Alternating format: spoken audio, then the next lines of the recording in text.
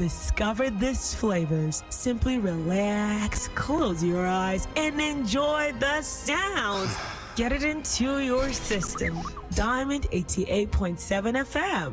Radio like no other.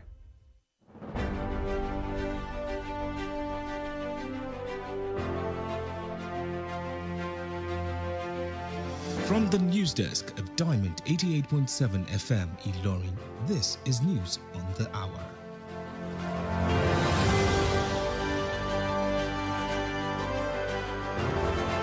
In the headlines, Tinubu sends 1.48 trillion naira Rivers budget to National Assembly. Atiku's coalition debunks claims of adopting ADC for 2027. 500 polytechnic students begin CNG conversion training in Lagos.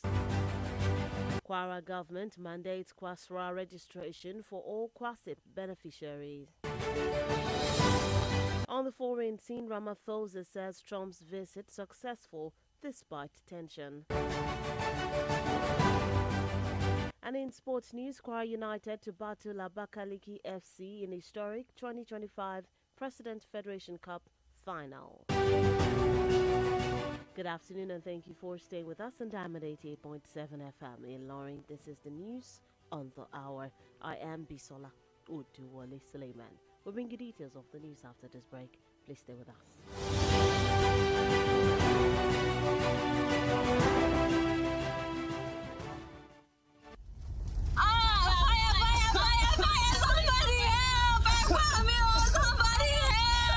We've all heard about home fires taking lives and destroying all that a family owns. These tragedies are reminders for us to double-check for fire safety. Make sure your home has properly installed and working smoke alarms. Practice a fire escape plan. Never leave cooking food unattended for long. Teach children never to hide but leave if there's a fire. Switch off all electrical appliances when not in use. In cases of fire, remember, the most important thing to do is to protect lives first. This message is reaching you from Diamond 88.7 FM, Ilorin.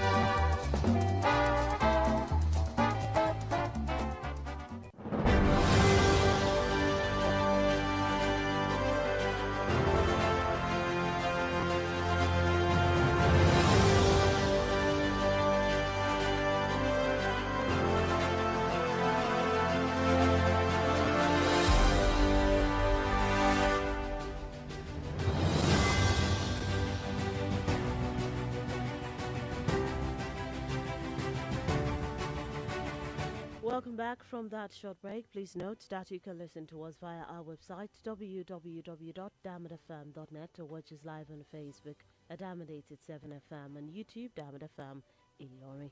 Now the news in detail. President billion naira on agriculture.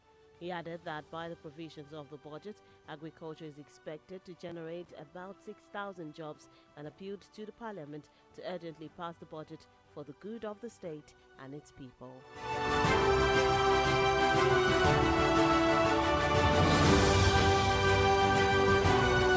The Atiku-led coalition has denied adopting the African Democratic Congress (ADC) as its preferred platform for the 2027 general elections. A statement today in Abuja by a key member of the coalition, Saliu Lukman, distanced the group from ADC, describing the report in some section of the media as misleading and false. Lukman, who was a former member of the National Working Committee of the ruling All Progressives Congress, APC, also denied a media report that he has been appointed to head the secretariat of the coalition. According to the former Director General of the Progressive Governors Forum, PGF, negotiation is ongoing and the formal announcement will be made by the leaders of the coalition. Still on the local scene, the 2023 presidential candidate of the Social Democratic Party SDP, Adewale Adebayo, has declared that he will not step down for former Vice President Atiku Abubakar in the forthcoming 2027 general elections. Adebayo made this known during an appearance on national television on Wednesday, while reacting to growing speculations about a possible opposition coalition ahead of the polls, amid claims that the SDP could be co-opted into a brother alliance to challenge President Bola Tinubu. Adebayo was emphatic in stating that neither he nor Atiku has the power to usurp the party. Neither me nor Vice President Waziri Atiku Abubakar or other politician can use the SDP. The SDP belongs to Nigerian people. Nobody can use it. What can happen is that people who believe now that the SDP is right and the ideologies are right can come to the party and know that knowing that the party is open and democratic, you want to come in there and compete because you have the best chance of competing in a system that has not been bought over by anybody. But if you just think that the SDP is something you can use, it cannot be used. What you can do is, I like the SDP, I respect this ideology, I respect the work that has been done by those who are there, I want to join and contribute. That is okay. But if someone is sitting down somewhere, he wants to use something, you are not valued to be used.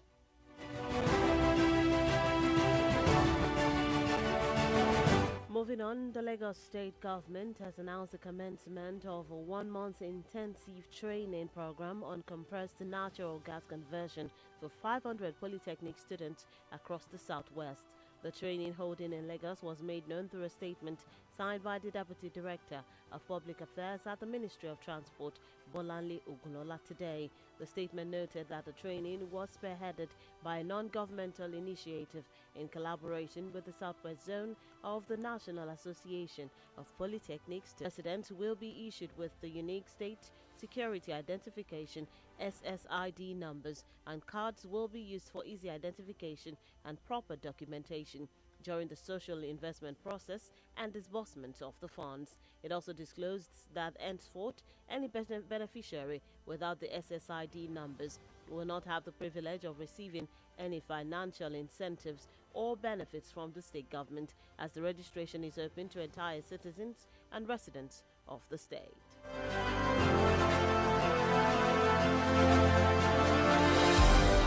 Meanwhile, a veteran journalist, Oduwole has criticized the Nigerian government for prioritizing taking loans for the acquisition of luxurious possessions for the politicians over critical sectors like national security.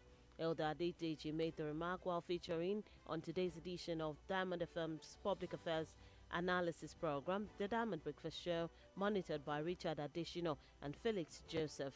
While reacting to the recent claims of Governor Babangana Zulum of Borno State concerning the lack of adequate technology for security operatives in tackling insurgents, as well as the claim that some politicians and security personnel are collaborating with the insurgents as informants, Elder Adedeji affirmed the governor's claims. He called for urgent attention to both the technological and human resource needs of security forces, noting that without adequate allowance and support, it will be unrealistic to successfully counter insurgents. The problem is simply saying the obvious. And to say that the technology is substandard compared to that one used by the insurgents is very correct. I think we have said this enough. And some came back to complain that even their allowances were not paid. Some said they were there in the bush for about upward of 6 months. And even the wives and children they left behind in the barracks were suffering. So the spirit also is affected. There is no way they will not have enough time to get in touch with their wives and children at home. And when the wife complained to them that they are suffering, he himself has not gotten enough allowances that he's supposed to get. And yet you want him to go out in the night and face the insurgents, coupled with the fact that the insurgents is coming up to face him with a superior weapon. I think these are the areas we have to look into. It's not enough. And I don't know how comfortable we are as a system. While reacting to the recent collapse of the Ilesha Correctional Center in Osun State following a heavy downpour, Elder Adedeji expressed strong concerns about the state of correctional facilities across the country. He criticized the federal government for its continued neglect in maintaining and upgrading prison infrastructure nationwide. Adedeji emphasized the urgent need for the government to adopt more effective strategies for constructing and maintaining the correctional centers. Some of these correctional centers are too old, outdated, cannot meet the standard of today anymore. And so government should aggressively embark on reconstructing or building new ones. Those that are in the heart of the city, relocate them to where they should be and make sure that some 2 kilometers away from where correctional centers are, they are well protected. There are areas that you have secured and then make sure that there are no bush. If anybody jumps out, the next 2 kilometers before he runs there, he is captured. Install good equipment day and night that will capture, that will monitor what is happening around there. And that's it on the local scene. The news on the hours reaching you from Diamond 88.7 FM Ilorin. We take a short time out. When we return, Ramaphosa says Trump's visit successful despite tension. We'll bring you that story on the foreign scene and some others in the world of sport. Please stay with us.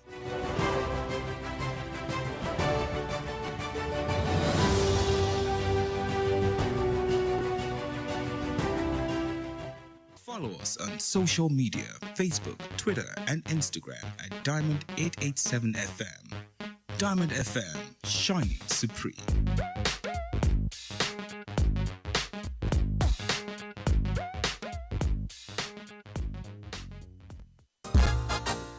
Orúkọ mi ni Yèyélúà Tóyìn Adégbọlá. Mo sì ti lé ní 50 ọdún láyé láàyè àtàyè ìdẹ̀ra. Ìgbòkègbodò mi pọ̀ gan-an nínú iṣẹ́ tí mo yàn láàyò gẹ́gẹ́ bí òṣèré orí ìtàgé. Kì í sì rẹ̀ mí, bẹ́ẹ̀ ni kì í sú mi. Àwọ̀ mi sì ń jí pépépé síbi ìtọ́mọ tuntun lójoojúmọ́. Ẹ fẹ́ mọ̀dí abájọ. Monomin Plus atẹ́jẹ̀ṣe oògùn tó ń fi epo ẹja cod liver oil ṣẹjọ́ ẹ̀ food supplement ni. Èròjà ẹ peléke, ó ń tara ṣe, ó ń máradán, ó ń jẹ́ kọ́mọdé dàgbà dáadáa, ó sì ń jẹ́ kí àgbàlagbà máa ta kébékébé. Monomin Plus.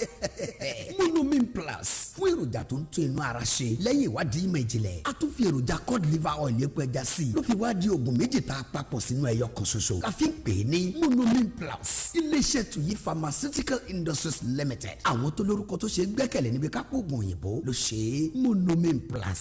Monomin Plus.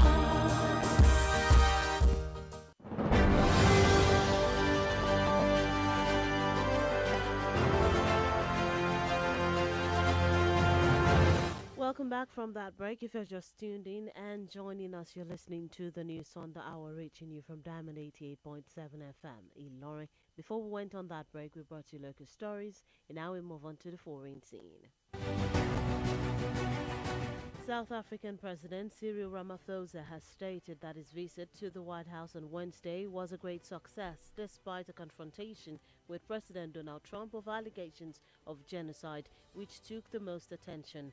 While disclosing that people are fleeing South Africa for their own safety, President Trump used the White House meeting to confront Ramaphosa with the claims of systematic killing of white farmers in South Africa.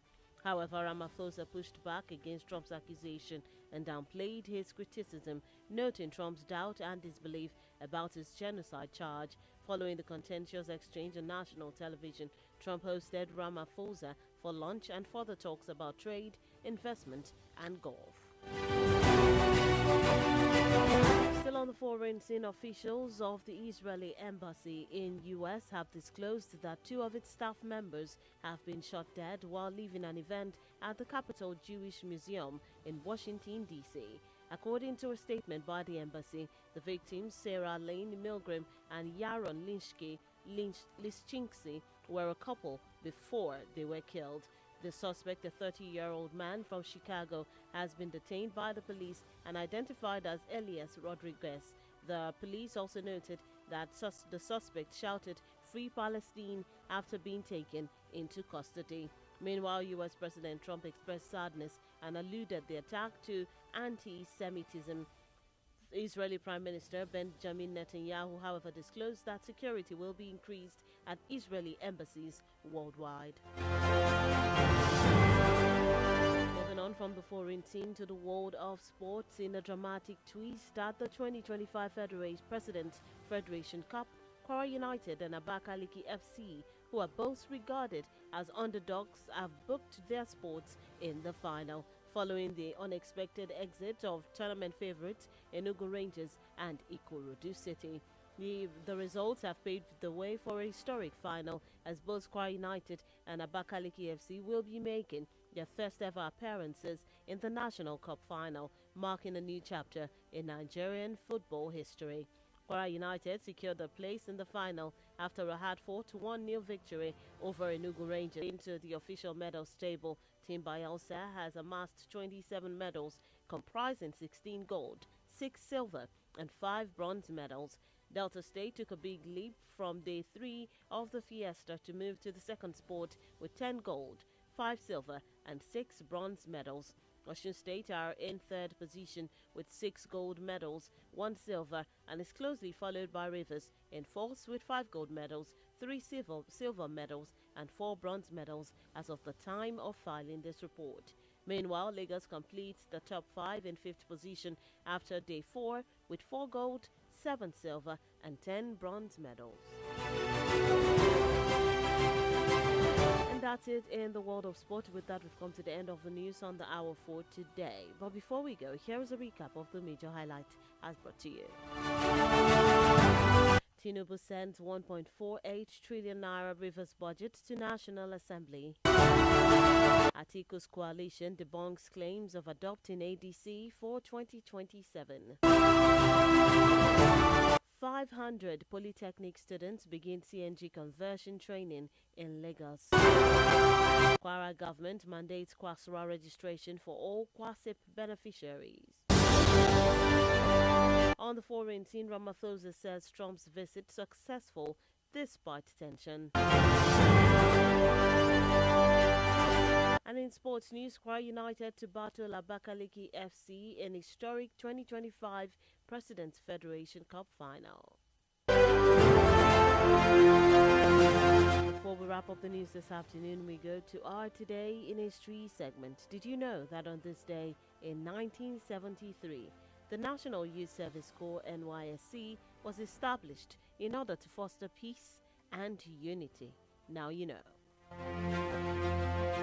For news coverage or information about happenings around you, kindly contact the Diamond FM newsroom number on 091 606 27526 091 606 27526. Do join us at 3 p.m.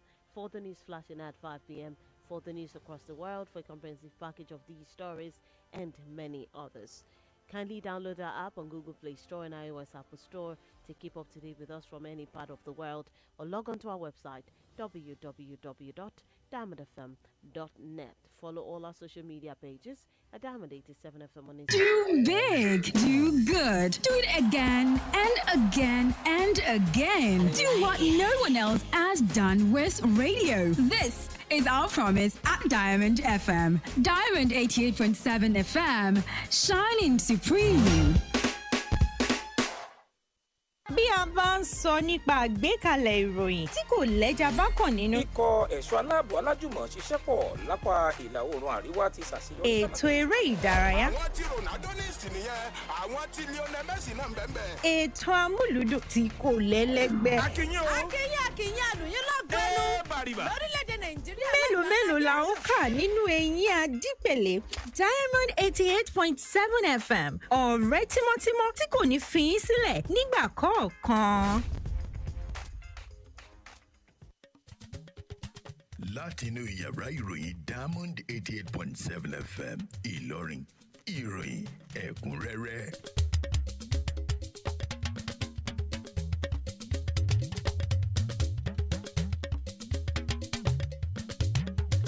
Ṣáájú ẹ gbọ́ àwọn kókó tó wà nínú ìròyìn náà. Ààrẹ Tinubu fi àbá ètò òṣùná owó tó dín díẹ̀ ní tírílíọ̀nù kan àti ààbọ̀ náírà sọ̀wọ́ síwájú ilé-ìgbìmọ̀ aṣòfin àpapọ̀ ilẹ̀ yìí fún ìpínlẹ̀ Rivers. Igun Àtíkù tako àhesọ̀rọ̀ wípé wọ́n lo ẹgbẹ́ òṣèlú ADC fún nínú ètò ìdìbò ọdún 2027. Àwọn akẹ́kọ̀ọ́ tí wọ́n tó ẹ̀ẹ́dẹ́gbẹ̀ta ọ̀nà wọn ti ń kọ́ lórí bí wọ́n ṣe ń sọ àwọn ọkọ̀ di ìtumọ̀lò afẹ́gásí CNG ní ìpínlẹ̀ Èkó. Ìjọba ìpínlẹ̀ Kwara kàn pa wípé ẹni tó bá fẹ́ jẹ àǹfààní ètò kwásípù kò forúkọ sílẹ̀ pẹ̀lú àjọ Kasra. Ní ilé òkèèrè, Ramaphosa fohùn lédè lẹ́yìn ipa tó ṣe papọ̀ pẹ̀lú Trump ti ilẹ̀ Amẹ́ríkà.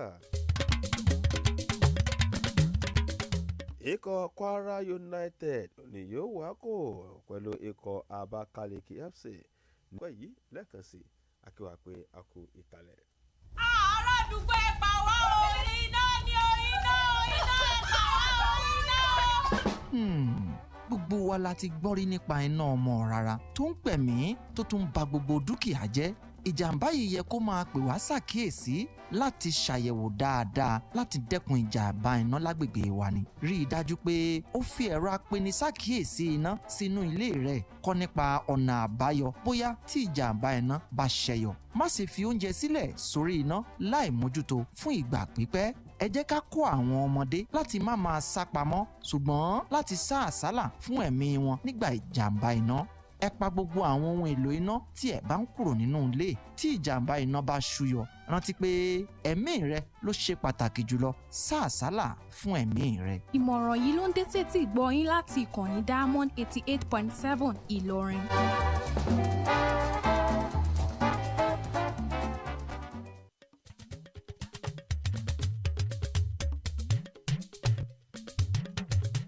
ẹ káàbọ̀ padà ìròyìn náà rẹ̀ ní Ẹkunrere. ààrẹ ilẹ̀ yìí Bọ́lá Tinubu lónìí òun fi àbá ètò ìṣúná owó tó dín díẹ̀ ní tírílíọ̀nù 1.5 náírà tí ìjọba ìpínlẹ̀ Rivers sọ̀wọ́ síwájú ìlẹ́gbìmọ̀ aṣòfin àpapọ̀ lẹ́yìn kí wọ́n lè buwọ́lù. ààrẹ tẹnumọ́ ìpègbèsè náà ló wáyé látàrí gẹ́gẹ́ ṣe fagilé àbá ètò ìṣúná ìpínlẹ̀ Rivers tọdún yìí àti òfin tó léde ní ìpínlẹ̀ ọ̀hún. ààrẹ tẹ̀síwájú wípé ẹ̀ka ètò ọ̀gbìn nínú àbá ètò ìṣúná náà ọ̀nà yóò pèsè iṣẹ́ tó tó 6,000 ọwọ́ ara wẹ́ẹ̀bẹ̀ sí àwọn aṣòfin kankan kan buwọ́lu àbádòfin ọ̀hún pàápàá jùlọ àbá ètò ìṣúná náà fún ìgbáyégbádùn àwọn olùgbé ìpínlẹ̀ Rivers. àwọn eégún kan tí Àtíkù Abubakar ń kó sòdí láti darapọ̀ ti tako ìròyìn kan wípé wọ́n ti gbà láti lo ẹgbẹ́ òṣèlú African Democratic Congress ADC láti díje nínú ètò ìdìbò ọdún 2027. ẹ̀dẹ̀ kan tó dé lónìí látọwọ́ èèkàn nínú ẹgbẹ́ àwọn òṣèlú àtakò ọ̀hún Saliu Lukman ṣàlàyé wípé àwọn mọ̀ nípa ìròyìn nílò ẹgbẹ́ òṣèlú ADC wà tẹnumọ́ pé ìròyìn ọ̀hún ló jẹ́ òfégè. Lukman ó ti fi ìgbà kan jẹ ọmọ ìgbìmọ̀ àmúṣe òṣèlú APC rí tako ìròyìn ọ̀hún wà tẹnumọ́ wípé wọ́n tún yan òun náà gẹ́gẹ́ bí adarí olóléeṣẹ́ ẹgbẹ́ alátakò ọ̀hún. ó tako ìròyìn náà pẹ̀lú gẹ́gẹ́ bí ó ṣe wí Saliu tó ìgbà kan jẹ́ adarí àgbà tẹ́lẹ̀ rí fún ìgbìmọ̀ àwọn gómìnà tí wọ́n jẹ́ tẹ̀síwájú nílẹ̀ yìí tẹnumọ́ pé ìjókòó sì ń wáyé lọ́wọ́ lórí ìgbésẹ̀ tí wọ́n gbé wà tẹnumọ́ wípé láìpẹ́ lájìnà lẹ́yìn ìfikùnlukùn ọ̀hún wọ́n kéde ìgbésẹ̀ tó fẹ́ gbé látọwọ́ àwọn adarí ẹgbẹ́ òṣèlú alátakò ọ̀hún. wáyé o olùdíje fún ipò ààrẹ nílẹ̀ yìí ṣùgbọ́n ọdún 23 nínú ẹgbẹ́ òṣèlú ẹlẹ́sìn Social Democratic Party SDP Adewole Adébáyọ̀ ti kéde wípé ó ṣetán láti ju àwálẹ̀ fún ìgbákejì ààrẹ ilẹ̀ yìí tẹ́lẹ̀ rí Àtíkù Abubakar ṣáájú ètò ìdìbò ilẹ̀ tí ó wáyé ní ọdún 2027. Adébáyọ̀ nígbà tó kópa lórí ètò kan lónìí tẹnumọ́ wípé àìsọ̀rọ̀ òun náà ni òun wáyé wípé wọ́n ṣetán láti rí i pé wọ́n darapọ̀ papọ̀ láti ṣáájú ètò ìdìbò ọ̀hún. gẹ́gẹ́ bó ṣe wí ó tẹ̀síwájú pé ẹgbẹ́ òṣèlú SDP kò yí ṣetán láti rí i pé ó darapọ̀ mọ́ ẹnikẹ́ni láti tako ààrẹ Bọ́lá Tinubu. Adébáyọ̀ wá tẹnumọ́ wípé òun àbí Àtíkù kò ní àṣẹ láti gbàṣàkóso ẹgbẹ́ òṣèlú SDP. ní ìpínlẹ̀ Èkó ìjọba ìpínlẹ̀ Èkó ti kéde pé wọ́n ti bẹ̀rẹ̀ ètò ìdánilẹ́kọ̀ọ́ kan olóṣù kan tí wọ́n ṣe fún àwọn akẹ́kọ̀ọ́ tí wọ́n ń tó 500 láti ilé ẹ̀kọ́ gbogbo nìṣe káàkiri tìbútòrò ẹkùn ìdìbò ìwọ̀ oòrùn gúúsù rẹ̀ yìí láti kọ́ wọ́n ṣe ń sọ ọkọ̀ di ètò ìlò afẹ́fẹ́ gáàsì CNG. ètò ọ̀hún ń lọ́wọ́ ní ìpínlẹ̀ Èkó. ẹ̀dẹ̀ kan tó lóde látọwọ́ ìgbákejì adarí ọ̀rọ̀ aráàlú lè ṣèjọba ìpínlẹ̀ Èkó tó ń rí sí ìrìnnà ọkọ̀ Bọ́láńlé Ògúnṣọlá lónìí. àtẹ̀jáde ọ̀hún tẹnumọ́ pé ètò ọ̀hún ó ní wọ́n ṣàgbékalẹ̀ rẹ̀ látọwọ́ àjọ kan tí ó gbà níjọba pẹ̀lú ẹgbẹ́ àwọn akẹ́kọ̀ọ́ lẹ́kọ̀ọ́ gbogbo nìṣe tó wà káàkiri ẹkùn ìdìbò ìwọ̀ oòrùn gúúsù ilẹ̀ yìí. ní ìpínlẹ̀ Kwara ìjọba ìpínlẹ̀ yìí ti kan pa wípé àwọn èèyàn tó fẹ́ jẹ àǹfààní ètò ìrànwọ́ tí ó léde látọwọ́ ìjọba ìpínlẹ̀ Kwara sáwọn olùgbé ìpínlẹ̀ yìí kò forúkọ sílẹ̀ lọ́dọ̀ àjọ ìjọba lẹ́yìn tó ń forúkọ àwọn tó láti dáhùn mọ̀ wá tẹ̀síwájú kété tó bá ti gba nọ́mbà ọ̀hún òní wọ́n ní àǹfààní láti máa jẹ àǹfààní ètò ìrànwọ́ ìjọba. ọ̀jìmì oníròyìn kan alàgbà Wọlé Adédèjì ti bu ẹnu àtẹ́lù ìjọba ilẹ̀ yìí wípé owó tí ó yá ni ó fi ra nǹkan fún àwọn olóṣèlú tó sì ń dágunlá sáwọn ẹ̀ka kan nílẹ̀ yìí pàápàá jùlọ ẹ̀ka ètò ààbò. alàgbà Adédèjì ló fòun lédè lónìí nígbà tó kópa gẹ́gẹ́ bí àlejò lórí ètò Down Breakfast Show DBS ti Richard Adesina àti Felix Joseph Mogito nígbà tó fòun lédè lórí ọ̀sùn kan tó lédè láti ẹnu gómìnà ní ìpínlẹ̀ Borno Babagana Zulum wípé àwọn ọmọ ológun ó ní wọn ní iṣẹ́ tó tó pàápàá jùlọ láti rí i pé wọ́n borí àwọn agbésùmọ̀mí àti ẹ̀sùn kan ti tún fi léde wípé àwọn olóṣèlú àtàwọn aláàbò ló ń ṣe alàgàtà àti àlàmì fún àwọn agbésùmọ̀mí. alàgbà Adédèjì náà gbà sórí ẹ̀sùn ọ̀hún tí Zulum fi léde wá ké sí ìjọba wípé àsìkò tó kọ̀nà ọ̀bítíbitì owó fún àwọn òṣìṣẹ́ aláàbò nílẹ̀ yìí pàápàá jùlọ láti rí i pé ó ṣe kóríyá fún wọn kílẹ̀ yìí létí 8.7 tó wà ní Ìlọrin ní ìpínlẹ̀ Kwara. lẹ́yìn ìsinmi ráńpẹ́ yìí a lọ sí ilé òkèrè níbi tí ààrẹ South Africa Ramaphosa ti fohùn lédè lẹ́yìn ìpàdé kan tó wáyé láàrin rẹ̀ àti irọ́ rẹ̀ tó jẹ́ ààrẹ ilẹ̀ Amẹ́ríkà Donald Trump lẹ́ẹ̀kan sí akínyìn pé ẹ kú ìkàlẹ̀. nígbà tó o bá ń sùn lọ́wọ́ ara ríro kan jàǹgbọ̀n lọ́wọ́ sẹ́ńpẹ́ ó kan jàǹgbọ̀n jẹ́jẹ́jẹ́ níṣẹ́ rẹ̀.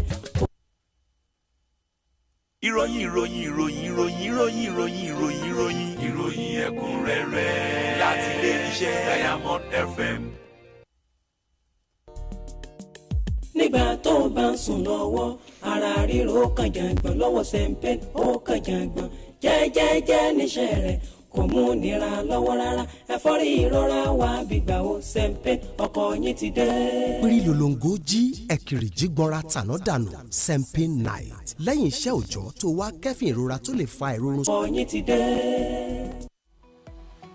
ẹ darapọ̀ mọ́ wa ní ìtàkùn káyélujára wa ìtàkùn ìbádọ́rẹ̀ẹ́ Facebook ìtàkùn abẹ́yẹfò Twitter àti Instagram lórí Diamond 887 FM. Diamond FM, shining supreme. ẹ káàbọ̀ padà ìròyìn ẹ̀kúnrẹ́rẹ́ ọ̀hún náà ní ẹ̀ ń gbọ́ láti ìkànnì Diamond 88.7 tó wà nílùú Ìlọrin ní ìpínlẹ̀ Kwara. ìròyìn ọ̀hún tẹ̀síwájú ní ilé òkèrè ààrẹ South Africa sí Ramaphosa àti fohùn lédè lẹ́yìn ìpàdé kan tó wáyé ní ilé ìjọba ilẹ̀ Amẹ́ríkà White House ní àná ọjọ́rùú ó tẹnumọ́ fún ìpàdé ọ̀hún tó jẹ́ àṣeyọrí pẹ̀lú bí òun àti irọ́ rẹ̀ tó jẹ́ ààrẹ ilẹ̀ Amẹ́ríkà Donald Trump ṣe gbóná wojú ara wọn lórí ẹ̀sùn mímọ̀ọ́mọ̀ máa já okùn ẹ̀mí àwọn ẹ̀yà kan nígbà tó fohùn lédè. ó tẹ̀síwájú wípé àwọn èèyàn tó sákulẹ̀ South Africa ọ̀nà wọn sá kúrò fún àbọ̀rà wọn Donald Trump ló ṣàlàyé níbi ìpàdé ọ̀hún ìpè South Africa ló mọ̀ọ́mọ̀ máa ja okùn ẹ̀mí àwọn àgbẹ̀ tí wọ́n jẹ́ aláwọ̀ funfun. àwọn Ramaphosa tẹnumọ́ pé ìgbésẹ̀ náà ló ń ṣàlàyé fún Trump wípé ọ̀rọ̀ tó sọ ó jẹ́ pé irọ́ ńlá ló wà níbẹ̀. lẹ́yìn ọ̀rọ̀ ọ̀hún ó ní Trump gba Ramaphosa lálejò ní ibòmíràn tó yẹ pé ó jọ jókòó láti sọ̀rọ̀ nípa nǹkan tó ní í ṣe pẹ̀lú ọ̀rọ̀ ajé àti nǹkan tó ní í ṣe pẹ̀lú eré gọ́ọ̀fù. síbẹ̀ ní ilé òkèrè àwọn òṣìṣẹ́ iléeṣẹ́ ìjọba ilẹ̀ Israel ní ilẹ̀ Amẹ́ríkà wọn ni wọ́n ti já okùn ẹ̀mí méjì lára wọn ní olú-ìlú ilẹ̀ Amẹ́ríkà Washington DC. lóyìn fìlédè kéde kan tó léde látọwọ́ iléeṣẹ́ ìjọba ilẹ̀ Israel wọn pé àwọn olóògbé ọ̀hún ní Sarah Lemigrim àti Yaron Lesinki àwọn méjèèjì ló jẹ́ ọkọ àti ìyàwó kan tó já okùn ẹ̀mí wọn. àfúrásì kan tó jẹ́ ẹni ọgbọ̀n ọdún láti Chicago ó ní wọ́n ti fi sínú àhámọ́ láti àwọn òṣìṣẹ́ ọlọ́pàá àtàn ṣàlàyé porúkọ rẹ̀ ló ń jẹ́ Elias Rodriguez. òṣìṣẹ́ ọlọ́pàá tẹnumọ́ ìpè àfúrásì ọ̀hún pariwo pé kan fún Palestine lómìnira kó di pé wọ́n fi sínú àhámọ́. ẹ̀wẹ̀ ààrẹ ilẹ̀ Amẹ́ríkà Donald Trump ti bu ẹnu àtẹ́lu ìkọlù ọ̀hún tí olóòtú ìjọba ilẹ̀ Israel Taiwo ti pè ìpè ètò ààbò kẹ́sẹ̀ wálẹ̀ káàkiri ìṣèjọba ilẹ̀ Israel káàkiri àgbáláyé. lábala ìròyìn eré ìdárayá ikọ̀ Kwara United àti ikọ̀ Abakaliki FC àwọn méjèèjì tí wọ́n kà kún ó ní wọ́n jọ pàdé ní abala àṣekágbá ìdíje Federation Cup pẹ̀lú bí wọ́n ṣe fi àgbà hàn ikọ̀ Enugu Rangers àti ikọ̀ Ikorodu City ìdíje ọ̀hún ó ní ó jẹ́ gbà àkọ́kọ́ tí ikọ̀ méjèèjì yóò wọ abala àṣekágbá ìdíje Federation Cup. Kwara United ó ní ó wọ abala àṣekágbá ọ̀hún pẹ̀lú bó ṣe gbowórò sójú ikọ̀ Rangers pẹ̀lú àmàyò kan sí ọ̀dọ̀ Wàsíù Alálàdé lọ́dáwọ̀n ẹ̀ nígbà tí ìdíje ọ̀hún wọ ìṣẹ́jú 50.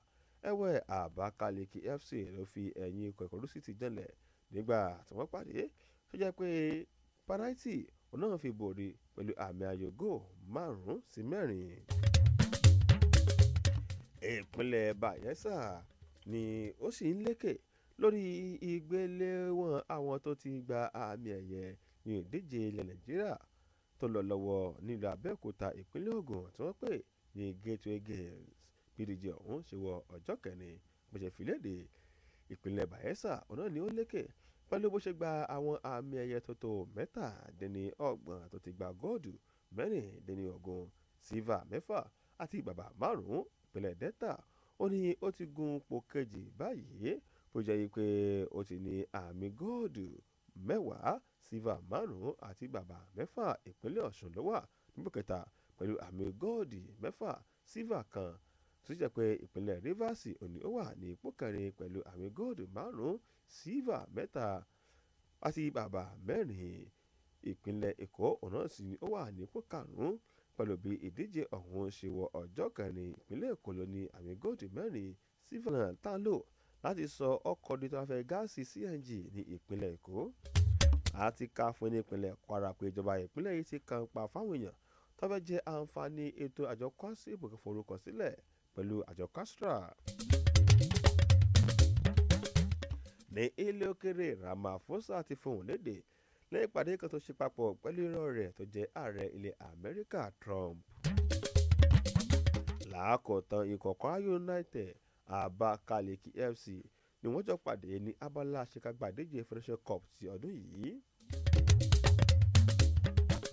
lọ́jọ́ ní 1973 ó ní wọ́n dá àjọ ìjọba ilẹ̀ yìí tó wà ní ìjánu ìṣòrúlú àwọn ọ̀dọ́ NYSC sílẹ̀ lójú láti fi àyè gba àlàáfíà àti ìṣọ̀kan nílẹ̀ yìí ní báyìí ẹ ti mọ̀.